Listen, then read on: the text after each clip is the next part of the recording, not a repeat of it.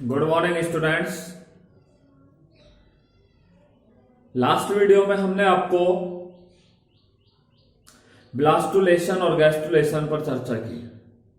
साथ में हमने आपको बताया था कि जनन स्तरों का क्या भविष्य होता है।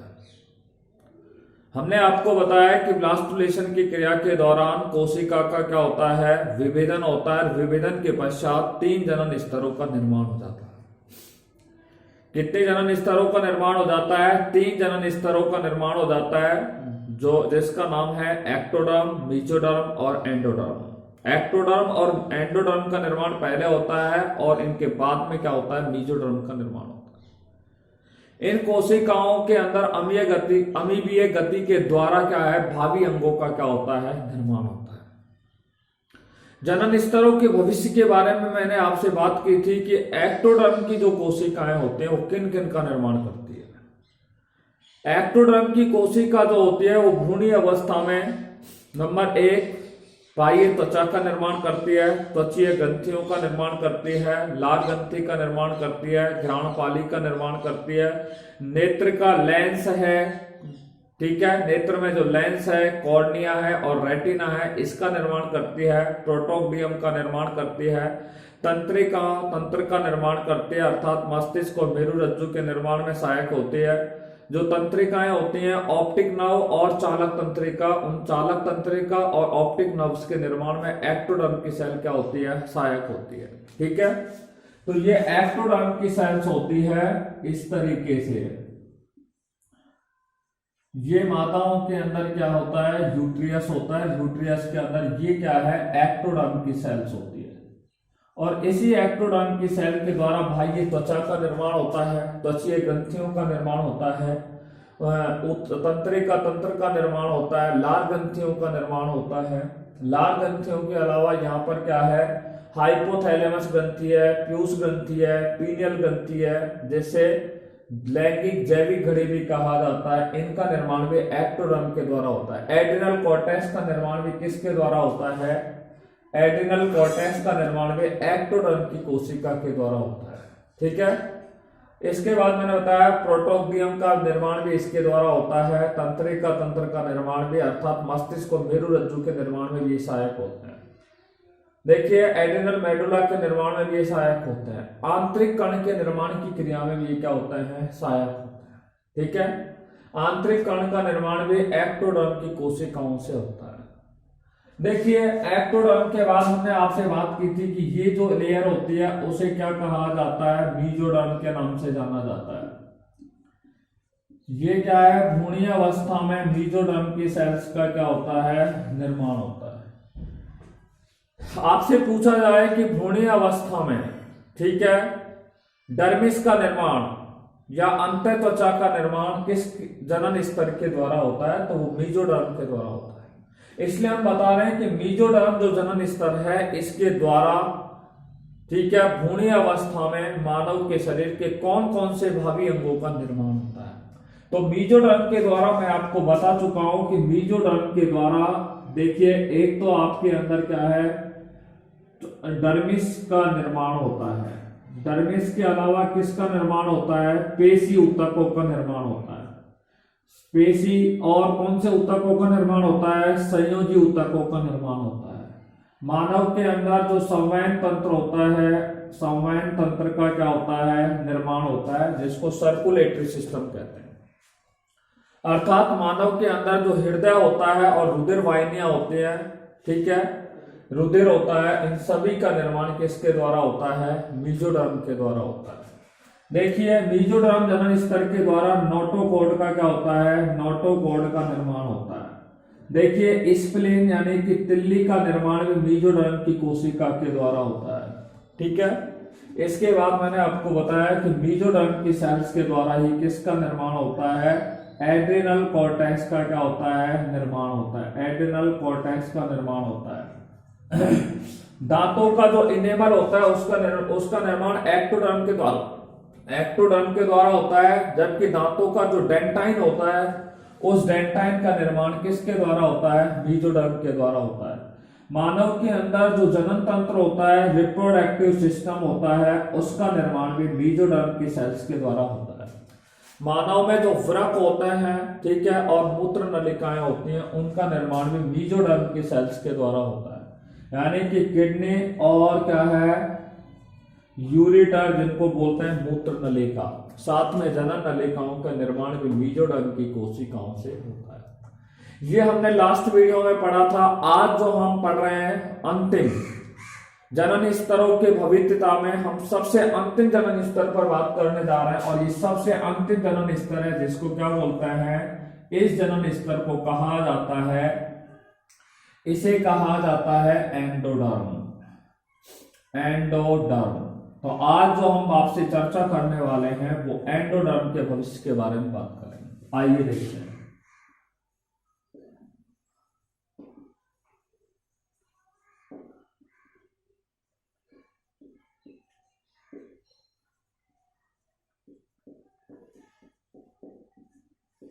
लेसन नंबर हमारा जो चल रहा है वो है 33, ठीक है, एम्ब्रियोनिक डेवलपमेंट इन ह्यूमन। और आज जो हम आपसे चर्चा कर रहे हैं वो fate of germinal layers, fate of germinal layer,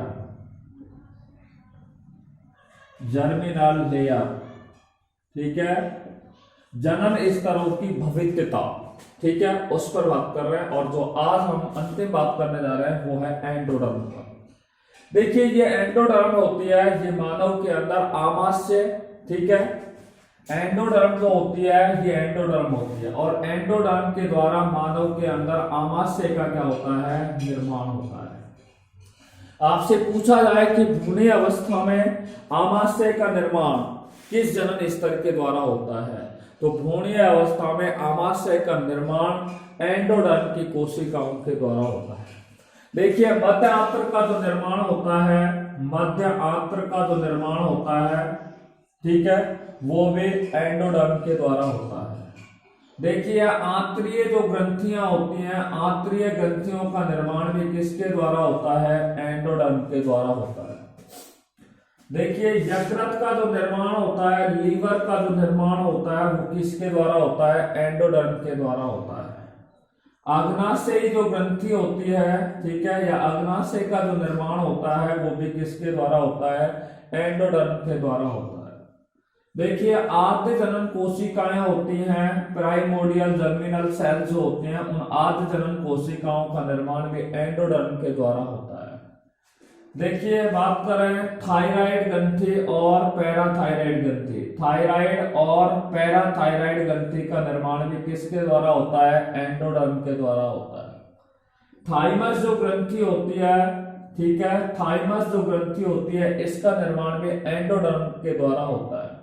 आपसे पूछा जाए कि भ्रूणीय अवस्था में थायराइड, पैराथायराइड या थाइमस ग्रंथि का निर्माण किस जनन स्तर के द्वारा होता है, तो किसके द्वारा होता है, एंडोडर्म की कोशिकाओं के द्वारा होता है। Is it clear? देखिए इसके बाद हम जो नेक्स्ट बात करने जा रहे हैं वो सुनिए। थायराइड हो गया, पैराथायराइड हो गया, थाइमस ग्रंथि हो गई। मानव के अंदर एक ग्रंथि पाई जाती है जिसे प्रोस्टेट ग्लैंड के नाम से जाना जाता है। ये प्रोस्टेट ग्रंथि का जो निर्माण होता है वो भी एंडोडर्म की कोशिका के द्वारा होता है, ठीक है।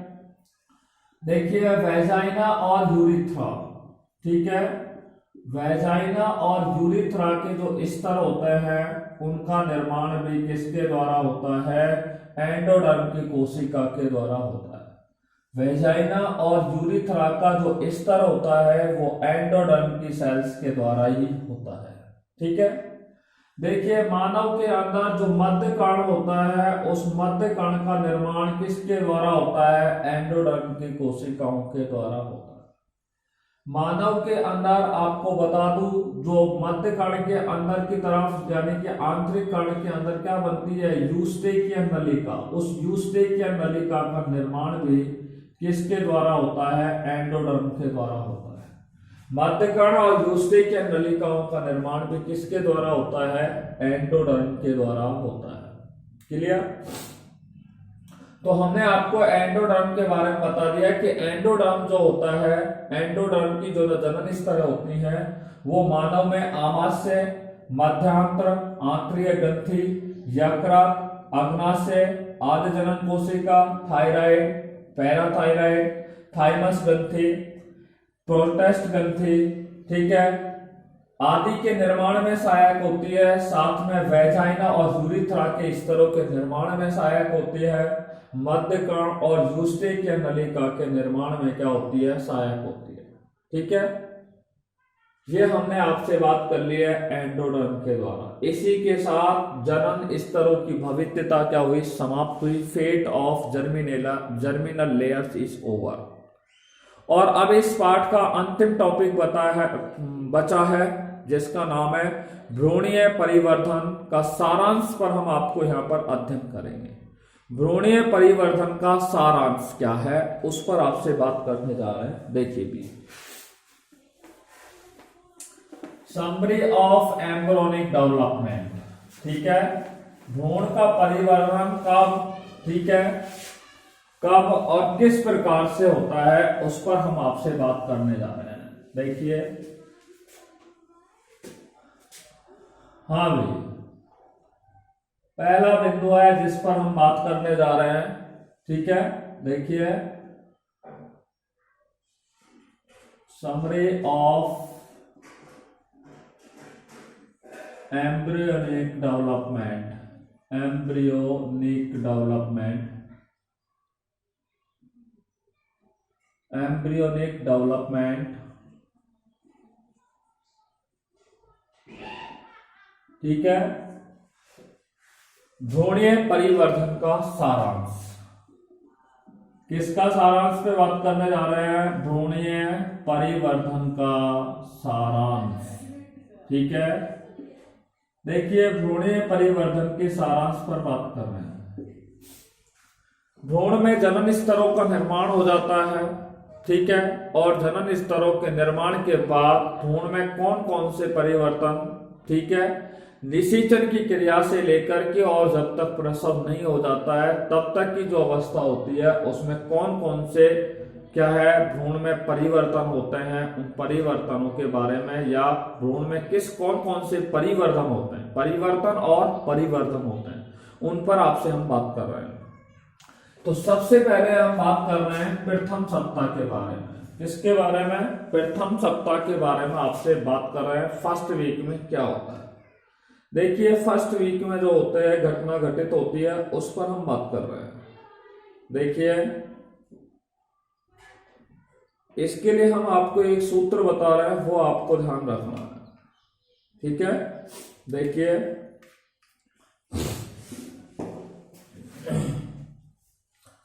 फर्स्ट वीक पर हम आपसे चर्चा करने जा रहे हैं। फर्स्ट वीक, प्रथम सप्ताह में कौन कौन सी घटनाएं घटित होती है। देखिए, प्रथम सप्ताह में जो घटनाएं घटित होते हैं उनमें सबसे पहले क्या है कि पहले दिन क्या होता है, नर और मादा संयोग कर लेते हैं और संयोग करने के पश्चात उनके युग्मकों का क्या हो जाता है, युग्मकों के प्राक केंद्रकों का संलयन हो जाता है। अर्थात पहले दिन क्या होता है, निषेचन की क्रिया होती है। कौन सी क्रिया होती है, प्रथम दिन निषेचन की क्रिया होती है। दूसरे दिन यहां पर क्या होता है कि निषेचन के पश्चात, ठीक है, जो अंडा होता है वो अंडवाहिनी से यूट्रियस की ओर क्या करता है, मूव करता है, गति करता है। इस दौरान उस निषेचित अंडे में या युग्मनज में क्या होता है, उस युग्मनज में क्या होता है, समसूत्र विभाजन होता है, अर्थात कोशिका विभाजन की क्रिया होती है। और जब कोशिका विभाजन की क्रिया होती है तो दूसरे दिन कितनी कोशिका बन जाती है, युग्मनज में 2 कोशिका बन जाती है, 2 सेल्ड हो जाती है, ठीक है। ये युग्मनज होता है, ठीक है, निषेचन के बाद, जिसमें गुणसूत्र द्विगुणित होते हैं, और इसमें क्या है, दूसरे दिन कोशिका विभाजन होता है। परंतु मैं आपको बता दूं, युग्मनज के आकार में वृद्धि नहीं होगी, केवल इस युग्मनज में कोशिकाओं की संख्या में क्या होती है, वृद्धि होती है। और आप देखेंगे इस तरीके से 2 कोशिका बनती है, एक कोशिका का आकार बड़ा होगा, दूसरी का छोटा होगा, ठीक है। इसको बोलते हैं असमान पूर्णभंजी विदलन के नाम से उसे जाना जाता है। देखिए, तीसरे दिन क्या होता है, यहाँ पर कितनी कोशिकाओं का निर्माण हो जाता है, 16 कोशिकाओं का निर्माण हो जाता है। युग्मनज में जब 16 कोशिकाओं का निर्माण हो जाए तो उसे क्या कहा जाता है, तूतक या मोरुला कहते हैं, ठीक है। नर और मादा के संयोग के बाद क्या है, निषेचन की क्रिया। संयोग के बाद पहले दिन निषेचन की क्रिया हो जाएगी। संयोग जब किया उसके 24 से 30 घंटे में निषेचन होगा। दूसरे दिन 2 कोशिकाओं का निर्माण हो जाएगा। तीसरे दिन उस युग्मनज में 16 कोशिकाओं का निर्माण हो जाता है। चौथे दिन क्या होगा आपको बता दूं, जो तूतक होता है, ठीक है, इससे कोरक पुटी का क्या होता है, निर्माण होता है। और कोरक पुटी जो होती है वो गर्भाशय गुहा में क्या कर जाती है, प्रवेश कर जाती है। कोरक पुटी गर्भाशय गुहा में क्या कर जाती है, प्रवेश कर जाती है। ठीक है, गर्भाशय गुहा में क्या करती है, प्रवेश करती है। और 7वें और 8वें दिन यहाँ पर रोपण और आरोपण की क्रिया क्या हो जाती है, पूर्ण हो जाती है। रोपण और कौन सी क्रिया, आरोपण की क्रिया। रोपण में मैंने बताया कि कोरक पुटी में उपस्थित पोषकोरक की जो कोशिका होती है वो गर्भाशय की भित्ति से चिपक जाती है, जिसे रोपण कहते हैं। और कोरक पुटी के अंदर पोषकोरक की कोशिका जब गर्भाशय की आंतरिक भित्ति से अंतर संबंधित हो जाती है तो उसे क्या कहा जाता है, आरोपण कहा जाता है। तो आपने देखा कि प्रथम सप्ताह में ये 5 घटनाएं घटित होती हैं।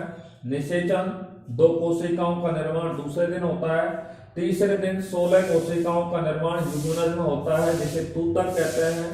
ठीक है, 16 कोशिकाओं का जो समूह होता है वो एक ठोस गेंद के समान होता है। इसके बाद कोरक पुटी होती है, वो यूट्रियस कैविटी में प्रवेश कर जाती है। और 7वें 8वें दिन रोपण और कौन सी क्रिया होती है, आरोपण की क्रिया होती है। इस फर्स्ट वीक को अगर आपको याद रखना है तो मैं आपको बता दूं, इसके लिए एक सूत्र है, फरमान। ठीक है, फरमान अपनी टीसी, ठीक है, माई और बाप के साथ, माई बाप और आई के साथ ले गया। ठीक है, माई बाप और आई के साथ ले गया। एफ का अर्थ होता है पहले दिन फर्टिलाइजेशन की क्रिया हुई, निषेचन की क्रिया हुई। दूसरे दिन क्या हुआ, टीसी। टी का मतलब हो गया 2 और सी का अर्थ होता है 7, 2 कोशिकाओं का निर्माण हुआ। तीसरे दिन क्या है, M4 मोरूला। मोरूला का अर्थ है तूतक का क्या हुआ, निर्माण हुआ, अर्थात 16 कोशिकाओं का निर्माण हो गया। चौथा है blastocyst enter into the uterus cavity. कोरक पुटी जो होती है, बी का अर्थ होता है ब्लास्टोसिस, अर्थात कोरक पुटी होती है वो यूट्रियस कैविटी में प्रवेश कर जाती है। और आई का अर्थ होता है रोपण, इम्प्लांटेशन, जिसको मैंने आपको बताया था कि रोपण की क्रिया 7वें और 8वें दिन में हो जाती थी। तीसरे दिन और ये चौथे दिन और 7वें 8वें दिन में रोपण की क्रिया क्या हो जाती है, पूर्ण हो जाती है। तो फरमान अपने टेसी, माई, बाप और आई के साथ ले गया। ठीक है, देखिए सेकेंड वीक की बात करें तो ध्यान से सुनना है, यहाँ पे थोड़ा सा कंफ्यूजन है आपकी अगर बुक के अनुसार बात करें। यहाँ पर आपको बताया कि कोरक पुटी जो होती है वो गर्भाशय गुहा में पूर्ण रूप से क्या कर जाती है, प्रवेश कर जाती है। तो बी का अर्थ तो ये हो गया आपकी बुक के अनुसार। परंतु जो रोपण कैसे हो गया, अंतर संबंध कैसे हो गया, अंतर संबंध तो इससे पहले ही हो जाएगा, इसलिए इसका कोई औचित्य नहीं, इसलिए गलत है, आपकी बुक में लिखा हुआ है इसलिए मैंने आपको बता दिया। ठीक है, कोरक पुटी जो होती है वो यूट्रियस कैविटी में पूर्ण रूप से क्या कर जाती है, प्रवेश कर जाती है। यहाँ पे केवल प्रवेश करती है और यहाँ पे पूर्ण रूप से क्या कर जाते हैं, प्रवेश। अब प्रवेश करेगी फिर रोपण कब होगा, इसलिए ये थोड़ा सा यहाँ पे गलत है। साथ में भ्रूण के अंदर क्या है, अतिरिक्त भ्रूणीय झिल्लियों का क्या हो जाता है, निर्माण हो जाता है। एक्स्ट्रा एम्ब्रोनिक मेम्ब्रेन्स का क्या हो जाता है, निर्माण हो जाता है। भ्रूण के चारों ओर ये 4 भ्रूणीय झिल्लियों का निर्माण होता है। देखो योग सैक का निर्माण होता है, कोरियोनिक मेम्ब्रेन का निर्माण होता है, एलेंटोइस का निर्माण होता है, एमनियोटिक मेम्ब्रेन का निर्माण होता है। ये क्या है, भ्रूणीय झिल्लियां होती हैं, 4 भ्रूणीय झिल्लियां होती हैं, योग सैक, कोरियोनिक झिल्ली, एलेंटोइस झिल्ली और एमनियोटिक झिल्ली। ये 4 झिल्लियों का निर्माण भ्रूण की चारों ओर होता है, जिन्हें हम अतिरिक्त भ्रूणीय झिल्ली कहा जाता है। एक्स्ट्रा एम्ब्रोनिक मेम्ब्रेन्स का क्या होता है, निर्माण होता है। कौन से सप्ताह में होता है, दूसरे सप्ताह के अंदर। दूसरे सप्ताह के अंदर एक्स्ट्रा एम्ब्रोनिक मेम्ब्रेन्स का निर्माण हो जाता है। और उसके बाद 14वें दिन क्या होता है, भ्रूण के अंदर आदिम रेखाओं का निर्माण हो जाता है, प्रिमिटेटिव लाइंस का क्या हो जाता है, फॉर्मेशन हो जाता है। भ्रूण के अंदर 14वें दिन आदिम रेखाओं का या प्रिमिटेटिव P4 प्रिमिटेटिव लाइंस का निर्माण हो जाता है। इसलिए दूसरे सप्ताह का जो सूत्र होगा वो है बी। बी का अर्थ होता है blastocyst completely entered into the uterus cavity. Second one, extra embryonic membranes is formed. और तीसरा है primitive line is formed in 14th day. 14वें दिन क्या है, आद्य रेखाओं का या आदिम रेखाओं का निर्माण हो जाता है। ठीक है, तो ये क्या है, दूसरे सप्ताह की क्या हो गई, यहाँ पर हमने चर्चा कर ली कि दूसरा सप्ताह के अंदर भ्रूण में कौन कौन से परिवर्तन होते हैं। अब हम बात कर रहे हैं तीसरे सप्ताह से लेकर के, ठीक है, और बात करते हैं छठे सप्ताह की, यानी कि तीसरा सप्ताह से लेकर के और छठे सप्ताह के मध्य कौन सी घटना घटित होती है। देखिए, तीसरे सप्ताह के बारे में अगर बात करें तो ध्यान से सुनना, ये एक हमारा सूत्र है, उसके जरिए आप जल्दी समझ जाएंगे।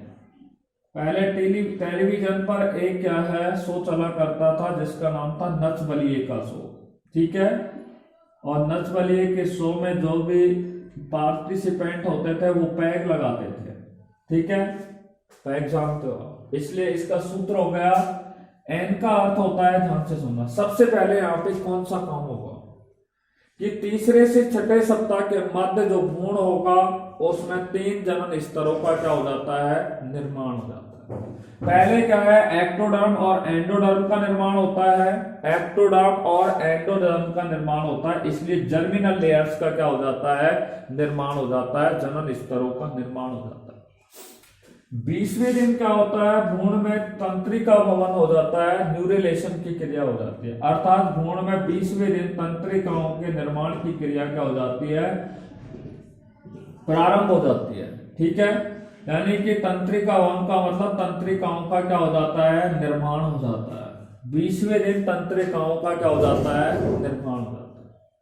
देखिए, भ्रूण का जब 28वां दिन होता है तो 28वें दिन यहाँ पर क्या है, हृदय जो होता है वो 113 प्रति मिनट से क्या है, उनका धड़कने लग जाता है। 28वें दिन भ्रूण का हृदय 113 प्रति मिनट क्या है, धड़कने लग जाता है। हार्ट बीट इज 113 पर मिनट होती है। बी का अर्थ होता है कि इस तीसरे से छठे सप्ताह के मध्य उनके अंदर क्या है, मस्तिष्क क्या है, दिखाई देने लगता है, ठीक है, अर्थात मस्तिष्क का विकास होना शुरू हो जाता है। इसी तीसरे से छठे सप्ताह के बाद उसमें क्या है, जो फेफड़े होते हैं, लंग्स होते हैं, उनका क्या हो जाता है, फॉर्मेशन हो जाता है। किनका निर्माण हो जाता है, फेफड़ों का निर्माण हो जाता है। देखिए, यहाँ पर के का अर्थ होता है कि तीसरे से छठे सप्ताह के मध्य भ्रूण के अंदर जो किडनी होती है, जिसको आप लोग गुर्दा बोलते हैं, उस किडनी का भी क्या हो जाता है, फॉर्मेशन हो जाता है, ठीक है। इसी सप्ताह के अंदर क्या है, ग्रसनी जो चाप होती है, उस ग्रसनी चाप का क्या होता है, निर्माण होता है, फेरेंजियल आर्क जिसको हम बोलते हैं। ग्रसनी चाप का यहाँ पर क्या हो जाता है, निर्माण हो जाता है।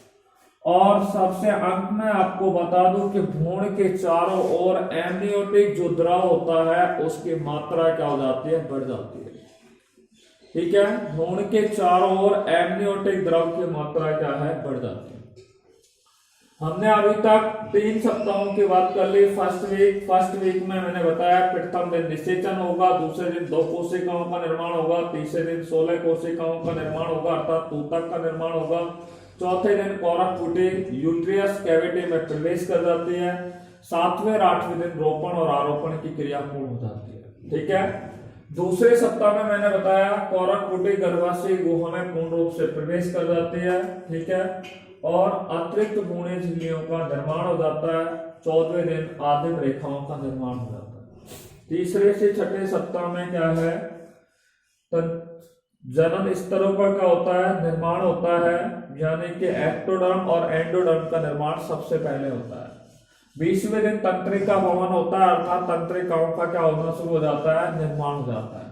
28वें दिन जो भ्रूण होता है उसमें हृदय की धड़कन 1 मिनट में कितनी बार धड़कता है? 113 बार धड़कता है। मस्तिष्क क्या है? दिखाई देने लग जाता है। फेफड़े क्या है? भ्रूण में दिखाई देने लग जाते हैं, अर्थात उसमें बन चुके होते हैं या बन रहे होते हैं। के का मतलब होता है किडनी का क्या हो जाता है? निर्माण हो चुका होता है। पीए का अर्थ होता है ग्रसनी का, ग्रसनी जो चाप होती है उसका क्या हो चुका होता है? निर्माण हो चुका होता है। और भ्रूण के चारों ओर एमनियोटिक जो द्रव होता है उसकी मात्रा क्या हो जाती है? यहाँ पर बढ़ जाती है। यहां तक हमने आपसे बात कर ली। अब नेक्स्ट सप्ताह के बारे में हम आपसे बात करने जा रहे हैं, ठीक है। देखिए नेक्स्ट जो सप्ताह होगा वो हम बात कर रहे हैं 4th पॉइंट पे, 7 to यानी कि 6 to 9 वीक के बारे में बात कर रहे हैं, ठीक है। 6 to 9 वीक पर हम बात करने जा रहे हैं, ठीक है। छठे से 9वें सप्ताह के अंदर कौन कौन से भ्रूण के अंदर यानी कि परिवर्तन देखने के लिए मिलते हैं उन पर हम आपसे क्या है चर्चा करने जा रहे हैं। देखिए 7वां जो सप्ताह होती है, 7th जो वीक होता है, उस 7th वीक के अंदर जो घटना महत्वपूर्ण दिखाई देती है उस पर हम आपसे बात कर रहे हैं, ठीक है। 7वां जो सप्ताह होता है उसके अंदर सबसे महत्वपूर्ण जो घटना होती है वो क्या है कि भ्रूण जो होगा, भ्रूण के अंदर सबसे पहले क्या होता है यहाँ पर, ठीक है। भ्रूण के अंदर आपको बता दें 7वें सप्ताह के अंदर क्या होता है, यहाँ पर आपको बता दें कि एन ठीक है LF यानी कि उनके अंदर नोज है, नेल्स है, ठीक है। और आपको बता दो उनके अंदर होठ है और उनमें अंगुलियां जो होती हैं उनका निर्माण क्या हो जाता है? प्रारंभ हो जाता है, ठीक है। ये सारी घटनाएं 6 से 9वें वीक के अंदर देखने के लिए मिलती है। 9वें और 10वें माह के अंदर भ्रूण का जो भार होता है वो 75% से भी क्या है अधिक हो जाता है, यानी कि भ्रूण का भार 75% से क्या है अधिक हो जाता है, या 75% भार उस भ्रूण का क्या हो जाता है? बढ़ जाता है। देखिए बाकी जो भ्रूणीय परिवर्तन का जो सारांश है उस पर हम चर्चा आपसे नेक्स्ट क्लास में करेंगे। टिल देन या नेक्स्ट वीडियो में करेंगे। Till then take care bye corona, be safe, be happy. Thanks very much.